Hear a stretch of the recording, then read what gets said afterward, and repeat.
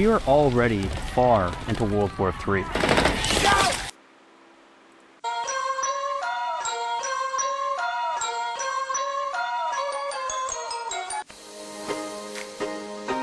Welcome to Pimpy's Investment Chat, where we keep investment talk simple. And here's your host, Pimpy.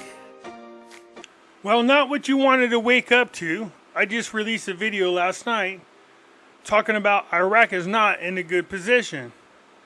But there's a lot of other things happening outside of the economy of Iraq that we talk about. Not something that you want to wake up to. In a report that I did last night, I said, well, it looks like Alaq got busted doing some corrupt shit. You wake up this morning and everything has changed. Let's get into this. I just want to give everybody a quick reminder. You can go over to Pimpy's news network. It is free for everybody. All right? Everybody has access to the videos that are on the website. I'm going to keep it free as long as possible. Just keep in mind that it does cost money to maintain. So I would appreciate it if you can afford it when you come to sign in, that you choose one of these plans. You don't have to. Again, it's free. But this will help with the cost of the website. So if you can afford it, please choose the plan. And that money goes to maintaining the website. But if you can't afford it, look, all the videos are free. There is another way in which you can assist. And that is when you go to my YouTube channel, just watch 2 or 3 or 4 videos. Let them go all the way through. That helps out the channel as well. So it doesn't cost you anything, still free. All you have to do is just watch videos.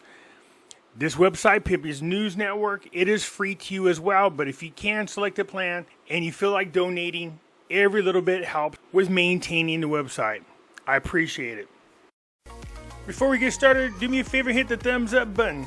If you're not a subscriber, please do so, because when you do, it helps out the channel. And I certainly do appreciate it. If you're thinking about buying gold and silver, head on over to our friends at Miles Franklin. The link will be down below in the description. When you make your purchase, make sure you use promo code Pimpy, P-I-M-P-Y, and they'll take care of you.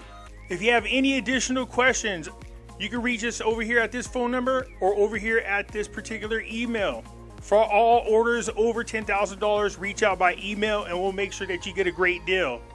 So come on over to Miles Franklin and add to your precious metal inventory.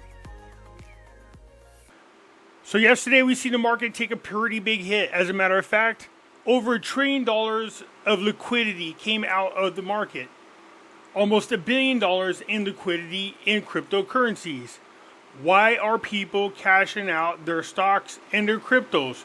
Do they know something we don't know? It appears that way. Currency auction, smuggling, and government aid. The most prominent reasons for hosting a relationship under the dome of the parliament. Look at there, Alaq. All kinds of crap are coming out about him. And remember, the Parliament Integrity Committee revealed today the reasons for hosting the central bank governor Alaq in Iraqi Council of Representatives. The lack of transparency in the announcement of the daily bulletin of the sale of the dollar to know who is buying millions of dollars a day are the main reasons for hosting the central bank governor. He pointed out that the answer to the oral question is the lowest degree of questioning, provided that the governor attends inside the council hall to answer, and approval got that days ago. Although the request was submitted more than a year ago, this is when al-Abbasi was president of the parliament. So it seems to me they were hip to what was going on damn near a year ago. And this would explain why there's so many restrictions taking place with the Iraqi bank as well as other banks in Iraq, and why it is that the United States felt like they had to take up a whole damn entire floor inside the Central Bank of Iraq. This is a failure in the work of the governor of the central bank in many files, and his age has reached the retirement stage, in addition to many observations on the auction of the sale of currency and others, especially with the recognition of the executive authority regarding the existence of currency smuggling operations, which will be discussed with the governor when he comes to the House of Representatives in the coming days. Yeah, is that what they're going to say? Oh, he's of the retirement age, or he just needs to get his shit and get the hell out? Why? What happened, Pimpy? Well, look, the governor of the Central Bank of Iraq resigns. The governor of the Central Bank of Iraq has submitted his resignation to the Prime Minister. The central bank governor, Alaq, has reached retirement age and has submitted his resignation to the Prime Minister, al-Sudani. No, he's pressured out. There's all kinds of crap happening, and I reported about it last night. The State Council sent a letter to the Iraqi Parliament expressing its views on the continuation of the governor of the Central Bank of Iraq in his post after reaching retirement age. According to the Iraqi pension law, the retirement age is 60 years old. According to Soran Omar, the State Council was of the opinion that the governor of the Central Bank of Iraq should retire, especially with all this corruption now coming out. There is also protests in the Iraqi parliament against the actions of the governor of the central bank. Nouri, a member of the Iraqi Parliament Finance Committee, said that the replacement of the governor of the central bank is necessary because of the country's economic situation, including the way it deals with the dollar issue and failure to take necessary measures. So Alaq is out. But that isn't the only thing that's going on. You guys, there's something much more serious going on. Patriots, because the Middle East is a powder keg ready to explode. We've got exclusive intel on Iran's missile cities, Hezbollah's successful drone strikes on Israel that just occurred, in U.S. troop movements that spell trouble. Russia's transferring nuclear-capable missiles to Iran, and there's chatter about an imminent attack. We just noticed that there was an attack yesterday. 2 soldiers, American soldiers, are no longer with us after that attack in Iraq. Many are questioning, is this the spark that ignites World War III? Donald Trump just yesterday predicting that this is the case.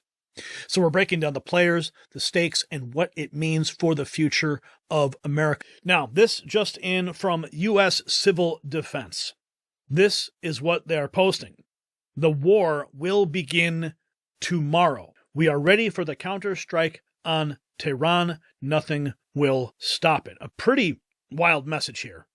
But the picture that was posted, you can clearly see there is Kamala and you have Biden sitting there in the Situation Room. What are people saying? Vladko, no way U.S. can withstand another active war with Iran while Iran is powered by Russia and China. They may strike here. No one expects that, but I suspect it's in the cards. Today's real global political scene is such as that, according to conviction of major players. Okay, this from OSINT Defender. Since this weekend, U.S. intelligence officials have observed the Iranian armed forces conducting military drills as well as the movement of Iranian transporter erector launchers, otherwise known as TELs, armed with missiles around the country, indicating preparations for an attack on Israel.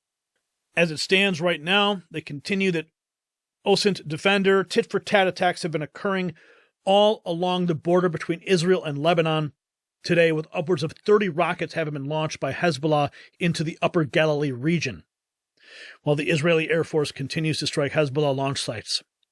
Senior Israeli officials are now estimating the first blow of the Iranian retaliatory attack against Israel will be struck by Hezbollah to the north, with it involving precision missile and rocket strikes on targets in central Israel, including Tel Aviv, over a period of days. This is what they're anticipating.